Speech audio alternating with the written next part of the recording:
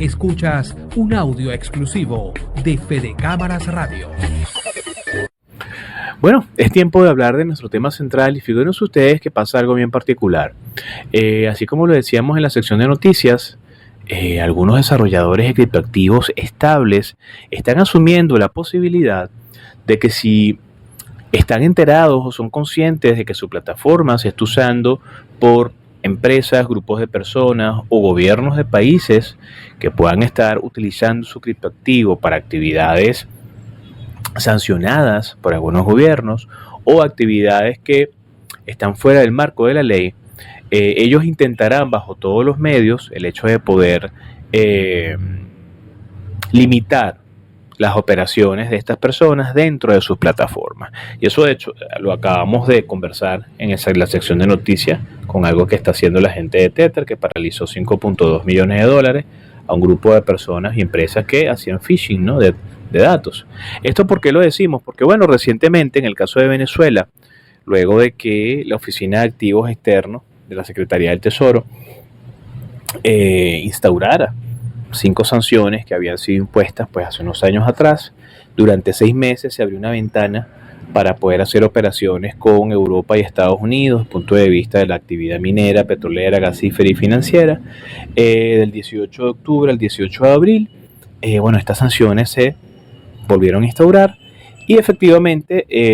la más reciente declaración pues, o documento es el instrumento 8N, que le permite a 5 empresas petroleras seguir trabajando con Venezuela. Eso de alguna manera llama poderosamente la atención porque efectivamente, como el Ejecutivo Nacional lo ha hecho público y notorio en varias oportunidades, hay un nivel de afectación desde el punto de vista de la generación de ingresos, ¿no? Y aquí hay que recordar que el Ejecutivo Nacional en 2020 sancionó una ley denominada Ley Antibloqueo, cuyo artículo 32 se habilitaba al propio gobierno para poder echar mano de diversas opciones de financiamiento, ¿no?, que es el título que tiene esta sección. Y allí se toma en consideración el hecho de que el gobierno venezolano puede hacer uso de criptoactivos, criptomonedas, en el mercado interno y desde el mercado interno hacia afuera, desde el punto de vista del pago de obligaciones o proveedores, ¿no? Esto tiene un significado muy importante debido al hecho de que efectivamente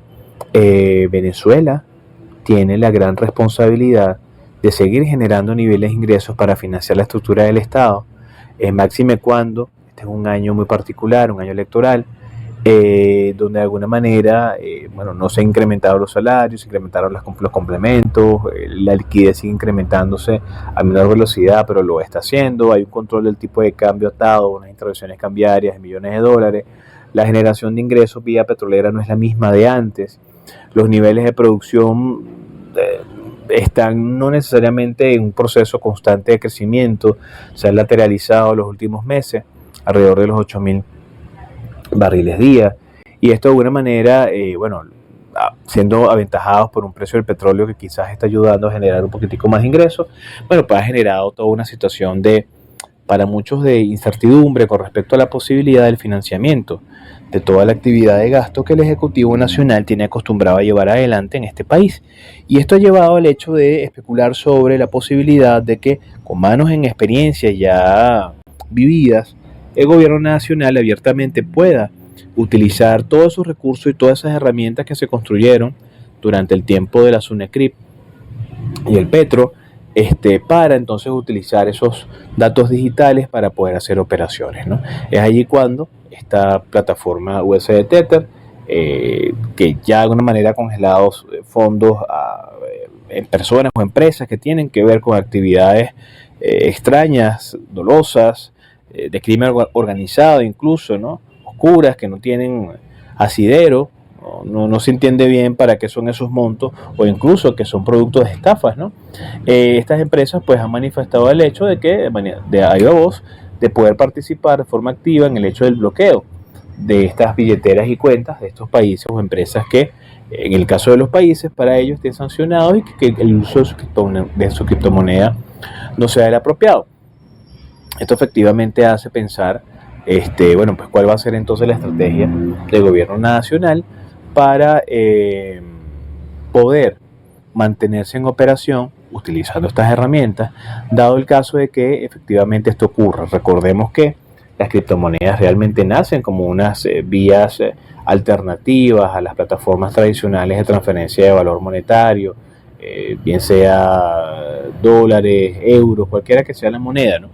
Y lo interesante de saber acá si efectivamente se tiene esa gran capacidad de poder primero detectar, hacer trazabilidad, conocer y efectivamente luego paralizar estas cifras, ¿no? Estos montos. Esto de alguna manera escapa a las competencias de lo que de alguna forma tendría que ser el desarrollador de una criptomoneda. En principio, un desarrollo cripto está para que cualquier persona lo pueda usar, ¿no? Y efectivamente esto, entonces de alguna manera crea una situación de incertidumbre, porque si efectivamente comienza a ocurrir, en el caso del gobierno venezolano se vería pues una situación comprometedora, porque no tendría pues el mismo acceso a este tipo de datos digitales. En el caso que nos ocupa, todavía no hay nada que esté demostrando que efectivamente el gobierno nacional, desde el punto de vista de su operación económica y financiera a nivel internacional, por algún comunicado, algún proveedor que haya sido pagado pues su actividad internacional de comercio e intercambio en cripto, lo haya manifestado. Pero lo que sí es cierto es que la economía venezolana durante muchos años, todavía hoy, luego de ya más de un año de intervención de la zona cripto, sigue montada sobre los rieles del desarrollo cripto a nivel del uso de criptomonedas como medios de pago. Esto es a nivel de personas naturales, a nivel de personas jurídicas, a nivel de gobierno, porque recordemos que si bien ya la Sunacrip físicamente como tal, su edificio ya está para otra cosa, y que hay una junta interventora y sigue intervenido y el mercado sigue paralizado por algunas tomas de decisión de la junta interventora a través de Sunacrip para tener un contexto de mercado y entenderlo de mejor manera, pero esto paralizó el mercado. Independientemente de todo eso, las actividades cripto en Venezuela siguen estando presentes. Y siguen estando presentes porque en definitiva los venezolanos seguimos haciendo uso de una herramienta que ha sido muy poderosa, muy positiva, que llegó a un momento apropiado, adecuado, para solventar problemas importantes, sobre todo el caso de los migrantes, sobre todo el caso de las remesas a los hogares, sobre todo la posibilidad de generar ahorros desde el punto de vista de la eficiencia en la estructura de costo a través de plataformas digitales, y poder hacerle llegar a un familiar quizás una mayor cantidad de dinero de aquel que otrora se iba quedando en el camino, ¿no? Esto ha hecho que personas naturales y jurídicas sigan utilizando criptomonedas más allá de toda la situación que pasa en el país. Y si de alguna manera las empresas comienzan a hacer control y supervisión de quienes usan en función de su criterio, sí y este no, puedo utilizar mi plataforma y mi red, eso va a ser bastante complicado, porque de alguna manera le va a restar esa posibilidad y esa característica propia del mundo cripto a una plataforma o a un token o a una moneda digital.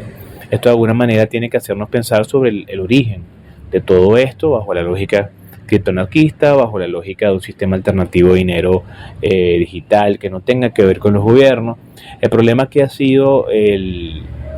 la distorsión que se generó en la lógica básica que está detrás del desarrollo del mundo de los criptoactivos, donde esto se pensó principalmente para las personas naturales y no necesariamente para las empresas, y mucho menos para los gobiernos.